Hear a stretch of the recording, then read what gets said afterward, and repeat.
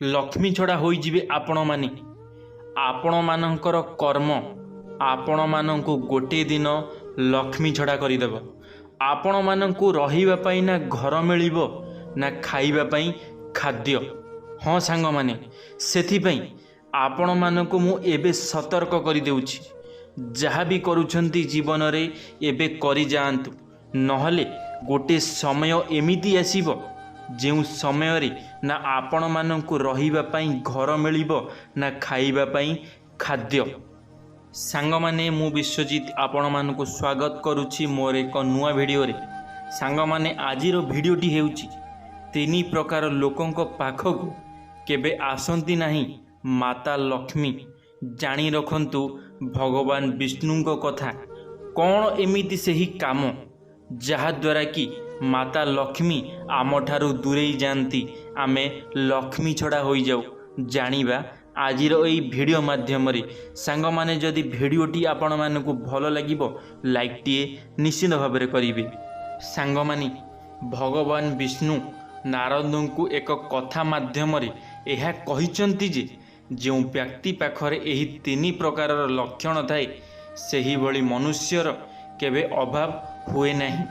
ଯେଉଁ ବ୍ୟକ୍ତି ଏହି କଥାକୁ ମନ ଦେଇ ଶୁଣେ ସେହି ବ୍ୟକ୍ତିଙ୍କୁ ମୃତ୍ୟୁ ପରେ ମୋକ୍ଷ ପ୍ରାପ୍ତ ହୋଇଥାଏ। ଗୋଟିଏ ସମୟରେ ମଧ୍ୟ ଦେଶରେ ଜଣେ ବ୍ୟକ୍ତି ରହୁଥିଲା ଯିଏକି ବହୁତ କଷ୍ଟରେ ଜୀବନଯାପନ କରୁଥିଲା। ତାଙ୍କ ପାଖରେ କେବଳ 2ଟି ଚିରି ଯାଇଥିବା ପୋଷାକ ଥିଲା। ସେ କେବେ ବି ପାପକର୍ମ କରୁନଥିଲା, ତେଣୁ ତାଙ୍କୁ ନା କେବେ ଲାଭ ନା କେବେ କ୍ଷତି ହେଉଥିଲା। ତେଣୁ ଭଗବାନ ବିଷ୍ଣୁ ସେହି ବ୍ୟକ୍ତିର ପରୀକ୍ଷା କରିବାକୁ ଯାଇ ସୂତ୍ର ନଦୀ କୂଳରେ ସେହି ବ୍ୟକ୍ତି ସ୍ନାନ କରିବାକୁ ଯାଉଥିବା ସମୟରେ 2ଟି ନୂଆ ବସ୍ତ୍ର ନଦୀ କୂଳରେ ରଖିଦେଲେ। ତଥାପି ସେହି ବ୍ୟକ୍ତି ଲୋଭ ନ କରି ତାହା ଅନ୍ୟ କାହାର ବସ୍ତ୍ର ଭାବି ସେଠାରୁ ଚାଲିଗଲେ। ଏହାପରେ ଭଗବାନ ବିଷ୍ଣୁ ତାଙ୍କର ଆଉ ଏକ ପରୀକ୍ଷା ନେଲେ। ଏହାପରେ ଭଗବାନ ଏକ ଫଳ ମଧ୍ୟରେ ନୂଆ ଖଣ୍ଡ ରଖି ତାହାକୁ ଗଛ ତଳେ ରଖିଦେଲେ। ଏହାକୁ ସୂତ୍ର ଦେଖିବା ପରେ ଧରି ଭାବିଲେ ଯେ ଏହା କୌଣସି ଚୋରର କାମ ଏବଂ ଯଦି ସେ ଏହାକୁ ଘରକୁ ନେଇଯାଆନ୍ତି ତେବେ ତାଙ୍କ ସମେତ ତାଙ୍କ ସ୍ତ୍ରୀ ଏବଂ ପିଲା ମଧ୍ୟରେ ଲୋଭ ବଢ଼ିବ। ଅହଙ୍କାର, ଲୋଭ ଏବଂ କ୍ରୋଧ ଦ୍ୱାରା ପୁଣ୍ୟ ନଷ୍ଟ ହୋଇଥାଏ। ଏପରି କରେ ସାରା ଜୀବନର ତପସ୍ୟା ନଷ୍ଟ ହୋଇଯିବ ଏବଂ ସେ ନିଜେ ମଧ୍ୟ ପାପୀ ହୋଇଯିବେ ବୋଲି ଚିନ୍ତା କଲେ। ଏହାପରେ ସେହି ବ୍ୟକ୍ତି ଜଣକ ସେହି ଫଳକୁ ତଳେ ରଖି ସେଠାରୁ ପଳାଇଗଲେ। ଉପରେ ଦେବତାମାନେ ସୂତ୍ରର ଏଭଳି ବ୍ୟବହାର ଦେଖି ତାର ଖୁବ୍ ପ୍ରଶଂସା କରିବାକୁ ଲାଗିଲେ। ଏହାପରେ ଭଗବାନ ଜଣେ ସାଧୁ ରୂପ ନେଇ ସେହି ଗାଁକୁ ଯାଇ ଲୋକଙ୍କ ଭାଗ୍ୟ କହିବାରେ ଲାଗିଲେ। ଯେଉଁ ବିଷୟରେ ଚର୍ଚ୍ଚା ହେବାରୁ ସୂତ୍ରର ସ୍ତ୍ରୀ ମଧ୍ୟ ନିଜ ଭାଗ୍ୟ ବିଷୟରେ ଜାଣିବାକୁ ସାଧୁଙ୍କୁ ଭେଟିଲେ। ଯାହାପରେ ସାଧୁ ତାଙ୍କୁ ଦେଖି କହିଲେ ଯେ ଆଜି ସକାଳେ ତାଙ୍କ ସ୍ୱାମୀଙ୍କୁ ଅନେକ ଧନ ମିଳିଥିଲା ଯାହାକି ତାର ଦାରିଦ୍ରତାକୁ ଦୂର କରିପାରିଥାନ୍ତା, କିନ୍ତୁ ସେ ତାହାକୁ ଆଡ଼େଇ ଦେଇଥିଲା। ଏ ବିଷୟରେ ସ୍ତ୍ରୀ ଘରକୁ ଯାଇ ନିଜ ସ୍ୱାମୀଙ୍କୁ ପଚାରିବା ପରେ ସୂତ୍ର ଖୁବ୍ ଆଶ୍ଚର୍ଯ୍ୟ ହେଲେ ଏବଂ ନିଜ ସ୍ତ୍ରୀଙ୍କୁ ନେଇ ସାଧୁଙ୍କ ପାଖକୁ ଆସି ପହଞ୍ଚିଗଲେ। ସାଧୁଙ୍କୁ ଏ ବିଷୟରେ କିଭଳି ଜଣାଥିଲା ସେ ପଚାରିଲେ। ଏହାପରେ ସାଧୁ କହିଲେ ଯେ ସେହି ସବୁ ଧନ ଭଗବାନ ହିଁ ତାଙ୍କୁ ଦେଇଥିଲେ, ତେଣୁ ସେ ଏପରି ଆଡ଼େଇ ଦେବା ଉଚିତ ହେଲା ନାହିଁ। ଏହାକୁ ଶୁଣି ସୂତ୍ର କହିଛନ୍ତି ଯେ ତାଙ୍କୁ ଦିନେ ହେଲେ ବି ଧନର ଲୋଭ ନାହିଁ, କାରଣ ଯାହା ପାଖରେ ଧନ ଥାଏ ତାକୁ ଚୋର ଖଣ୍ଟଙ୍କ ଭୟ ରହିଥାଏ ଏବଂ ସେ ଲୋଭ କାରଣରୁ ପାପୀ ମଧ୍ୟ ହୋଇଯାଏ। ତେଣୁ ଧନ କେବେ କାହାକୁ ଖୁସି ଦେଇପାରେ ନାହିଁ, ଅର୍ଥାତ୍ ଧନ ଦୁର୍ଗତିର କାରଣ ଅଟେ। ଏହାପରେ ସାଧୁ କହିଛନ୍ତି ଯେ ଯେଉଁ ବ୍ୟକ୍ତି ପାଖରେ ଧନ ନଥାଏ ତାକୁ କେହି ବି ସମ୍ମାନ ଦିଅନ୍ତି ନାହିଁ।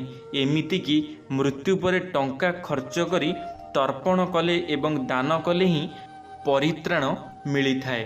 ଧନ ବିନା ଶତ୍ରୁ ଉପରେ ମଧ୍ୟ ବିଜୟ ପ୍ରାପ୍ତି କରିହୁଏ ନାହିଁ।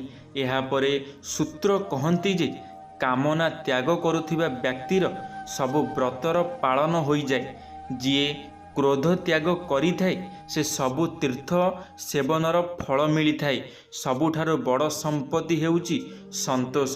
ଯିଏ ହିଂସା କରେ ନାହିଁ ତାକୁ ହିଁ ସିଦ୍ଧି ପ୍ରାପ୍ତି ହୋଇଥାଏ।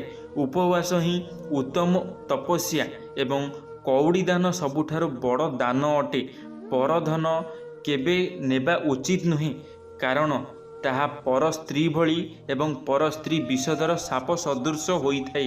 ଏହାପରେ ସବୁ ଦେବତା ପ୍ରସନ୍ନ ହେଲେ ଏବଂ ଆକାଶରୁ ଏକ ଦିବ୍ୟ ବିମାନ ତଳକୁ ଆସି ସୂତ୍ରଙ୍କୁ ବସିବାକୁ କହିଲେ ଏବଂ ସତ୍ୟଲୋକକୁ ଯିବାର ଆମନ୍ତ୍ରଣ ଦେଲେ। ଏହାପରେ ସୂତ୍ର ଆଶ୍ଚର୍ଯ୍ୟ ହୋଇ ସାଧୁଙ୍କୁ ଅସଲ ରୂପ ଆସିବାକୁ କହିଲେ। ଭଗବାନ ବିଷ୍ଣୁ ନିଜର ଅସଲ ରୂପକୁ ଆସିଲେ। ଏହାପରେ ବିଷ୍ଣୁ କହିଲେ ଯେ ସେ ସୂତ୍ରଙ୍କର ସତ୍ୟତା ପରୀକ୍ଷା କରିବାକୁ ଆସିଥିଲେ, ତେଣୁ ସେ ସୂତ୍ରଙ୍କୁ ନିଜ ପରିବାର ସହିତ ଏହି ବିମାନରେ ବସି ସତ୍ୟଲୋକ ଯିବାକୁ କହିଲେ। ଏହାପରେ ସୂତ୍ର ମଧ୍ୟ ସେଇଆ ହିଁ କଲେ। ଏହା କହିବାର ଯଥାର୍ଥ ଏହା ଯେ ଯେଉଁ ବ୍ୟକ୍ତି ଲୋଭକୁ ତ୍ୟାଗ କରି ସବୁବେଳେ ସନ୍ତୁଷ୍ଟ ରହିଥାଏ ତାକୁ ସବୁବେଳେ ମୋକ୍ଷ ପ୍ରାପ୍ତ ହୋଇଥାଏ। ସାଙ୍ଗମାନେ, ଆମ ମନ ଭିତରେ ବହୁତ ଗର୍ବ। ଆମ ମନ ଭିତରେ ଆମେ କେମିତି ଲୋକଙ୍କର କୌଣସି ଜିନିଷ ପଛେ ଚୋରେଇକିରି ଆଣୁ, କିନ୍ତୁ ଆମକୁ ବଡ଼ ଲୋକ ହେବାର ଅଛି। ଆମେ ଲୋକମାନଙ୍କୁ ଧମକେଇ ଚମକେଇ ସେମାନଙ୍କୁ ବନ୍ଧୁକ ଛୁରୀ ଦେଖାଇ ସେମାନଙ୍କର ଜମି ହେଉ ସେମାନଙ୍କର ଟଙ୍କା ହେଉ ଆମର କାମ ହେଉଛି ହଡ଼ପ କରିବା। ଆମର କାମ ହେଉଛି ସେମାନଙ୍କ ଠାରୁ ସବୁ ଜିନିଷପଟା ଚୁରାଇ ଆଣିବା। ସେଥିପାଇଁ ଆମେମାନେ ଆଜି ମଧ୍ୟ ଦୁଃଖରେ ଅଛୁ। ଆମ ପାଖରେ ଏତେ ଟଙ୍କା ସୁନା ଥାଇ ମଧ୍ୟ, ଗାଡ଼ି ଘୋଡ଼ା ଥାଇ ମଧ୍ୟ, ଘର ଥାଇ ମଧ୍ୟ ଆମ ପାଖରେ ସେ ଖୁସି ନାହିଁ। ସାଙ୍ଗମାନେ, କେମିତି ବା ଖୁସି ଆସିବ ଯଦି ଆମେ କାହା ମୁହଁରେ, କାହା ଆଖିରେ ଲୁହ ଦେଇ, କାହା ଓଠରେ ଟିକେ ହସ ନ ଦେଇପାରି ତା ଆଖିରେ ଲୁହ ଦେଇ ଆମେ ଯଦି ତା'ର କୌଣସି ଜମି କି ତା'ର ଟଙ୍କା ସୁନା ଆମେ ଚୋରେଇ ଆଣୁଛୁ, ତାହେଲେ ସେ ଲୋକ କେତେ କଷ୍ଟ କରି ସେ ତା'ର ଏତେ ଜମିବାଡ଼ି କରିଛି କି ସେ ତା'ର ନିଜର କିଛି ସେଭିଂ କରିଛି, ତାକୁ କ'ଣ ମିଳିବ? ସେ କ'ଣ ଆମ ପାଇଁ ରଖିଥିଲା? ସିଏ ତା ପରିବାର ପାଇଁ ରଖିଥିଲା, ତା ପିଲାଛୁଆଙ୍କ ପାଇଁ ରଖିଥିଲା। କେମିତି ତା ପିଲାଛୁଆମାନେ ଖୁସିରେ ଜୀବନଯାପନ କରିବେ, ତା'ର ପିଲାମାନେ କେମିତି ଖୁସିରେ ରହିବେ ବୋଲି ସେ ସେଥିପାଇଁ କିଛି ଗୋଟେ ସେଭିଂ କରିକି ରଖିଥିଲା। ହେଲେ ଆମେ କ'ଣ କଲେ? ଆମେ ତାକୁ ଧମକେଇ ଚମକେଇ ତା ଜିନିଷପଟା ସବୁ ଚୋରେଇ ଆଣିଲେ। ଆମେ ଭାବିଲେ କି ଆମେ କୋଟିପତି ହେଇଗଲେ, ହେଲେ ଆମେ ଜାଣିନାହୁଁ ଆମେ କେତେ ବଡ଼ ପାପ ସେଇଠି କଲେ। ଆମେ ଜଣଙ୍କଠାରୁ ଜଣକୁ ଧମକେଇ ଚମକେଇ ତା ଜିନିଷପଟା ତାଠାରୁ ନେଇ ଆସିଲେ ଆମେ କେତେ ବଡ଼ ପାପ କଲେ। ଆମେ କେତେ ବଡ଼ ପାପର ଭାଗିଦାର ହେଲେ ଆମକୁ ସେଇଟା ଜଣା ନାହିଁ। ଆମକୁ ଖାଲି ଜଣା ଅଛି ଯେ କେମିତି ଆମେ ବଡ଼ ଲୋକ ହୋଇଯିବା, କେମିତି ଆମ ପାଖରେ ପୁଳାଇ ପୁଳାଇ ଟଙ୍କା ହୋଇଯିବ, କେମିତି ଆମକୁ ଲୋକମାନେ ସବୁ ସାଲୁଟ୍ ମାରିବେ। ଭଲ କାମ କରି ଲୋକଙ୍କ ଆଗରେ ପ୍ରିୟ ହୁଅ ନା, ଭଲ କାମ କରି ଲୋକଙ୍କର ନିଜର ହୁଅ ନା। ଖରାପ କାମ କରି ଲୋକଙ୍କର ନିଜର କ'ଣ ପାଇଁ ହେବେ? ଖରାପ କାମ କରି ଲୋକଙ୍କର ନିଜର ହୋଇ କିଛି ବି ଲାଭ ନାହିଁ। କାରଣ ଆଜି ତୁମ ପାଖରେ ଟଙ୍କା ଅଛି ବୋଲି ଲୋକମାନେ ତୁମର ନିଜର। କାଲି ଯେତେବେଳେ ତୁମ ପାଖରେ ଟଙ୍କା ନଥିବ ତୁମ ସାଥିରେ କେହି ବି ନଥିବେ। ସେଥିପାଇଁ ଯିଏ ତୁମ ସହିତ କିଛି ନଥିଲା ବେଳେ ମିଶୁଛି ନା, ସିଏ ହିଁ ତୁମର ପରମ ବନ୍ଧୁ, ମାନେ ସବୁଠାରୁ ନିଜର ବନ୍ଧୁ। ଆଉ ତୁମ ପାଖରେ ଯେତେବେଳେ ସବୁ କିଛି ଥିବ ସେତେବେଳେ ତୁମ ପାଖରେ ତ ସମସ୍ତେ ରହିବେ, ସମସ୍ତେ ତୁମ ସହିତ ମିଶିବେ, ସମସ୍ତେ ତୁମକୁ ଭଲ ମନ୍ଦ କଥା ବୁଝେଇବେ, ଭଲ ମନ୍ଦ କଥା ତୁମଠାରୁ ଶୁଣିବେ। ଯେବେ ନଥାଏ କିଛି ଲୋକ ପାଖରେ ସେତେବେଳେ ଦେଖ ତୁମ ସହିତ କିଏ ମିଶୁଛି କିଏ ନ ମିଶୁଛି। ସେ ସମୟରେ ଯଦି ତୁମ ସହିତ କେହି ନ ମିଶୁଛନ୍ତି ତାହେଲେ ଜାଣିନେବ ଯେ ଏ ଦୁନିଆ କ'ଣ। ଆଉ ଦୟାକରି କେବେ କାହାକୁ ଧମକେଇ ଚମକେଇ ତା ଜିନିଷପଟା କେବେ ବି ହେଲେ ଚୋରେଇକିରି ନିଜକୁ ବଡ଼ ଲୋକ ବନେଇବା କୌଣସି ଆବଶ୍ୟକ ନାହିଁ। ଧନ୍ୟବାଦ ସାଙ୍ଗମାନେ। ଆଶା କରିବି ମୋର এই ଭିଡ଼ିଓଟି ଦେଖିଲା ପରେ ଆପଣମାନେ ନିଶ୍ଚିତ ଭାବରେ ନିଜକୁ ବଦଳାଇ ଦେବେ। ଯଦି ମୋର এই ଭିଡ଼ିଓଟି ଆପଣମାନଙ୍କୁ ଭଲ ଲାଗିଥିବ ଲାଇକ୍ଟିଏ ନିଶ୍ଚିତ ଭାବରେ କରିବେ। କମେଣ୍ଟ ବକ୍ସରେ ଆପଣମାନଙ୍କର ମତାମତ ରଖିବେ। ଯଦି ଆପଣମାନେ ଆମ ଟକିଂ ଅଲ୍ ୟୁଟ୍ୟୁବ୍ ଚ୍ୟାନେଲରେ ପ୍ରଥମ ଥର ପାଇଁ ଆମ ଟକିଂ ଅଲ୍ ୟୁଟ୍ୟୁବ୍ ଚ୍ୟାନେଲକୁ ସବସ୍କ୍ରାଇବ୍ କରି ବେଲ୍ ଆଇକନ୍କୁ ଅଲ୍ରେ କ୍ଲିକ୍ କରିବେ। କାରଣ ଆମ ଚ୍ୟାନେଲରେ ଯେବେ କିଛି ନୂଆ ମୋଟିଭେସନାଲ୍ ଭିଡ଼ିଓ ଛଡ଼ାଯିବ ଆପଣମାନେ ସର୍ବପ୍ରଥମେ ଦେଖିପାରିବେ। ଧନ୍ୟବାଦ ସାଙ୍ଗମାନେ। ଜୟ ଜଗନ୍ନାଥ, ଜୟ ମା ଶାରଳା, ଜୟ ଶ୍ରୀକୃଷ୍ଣ।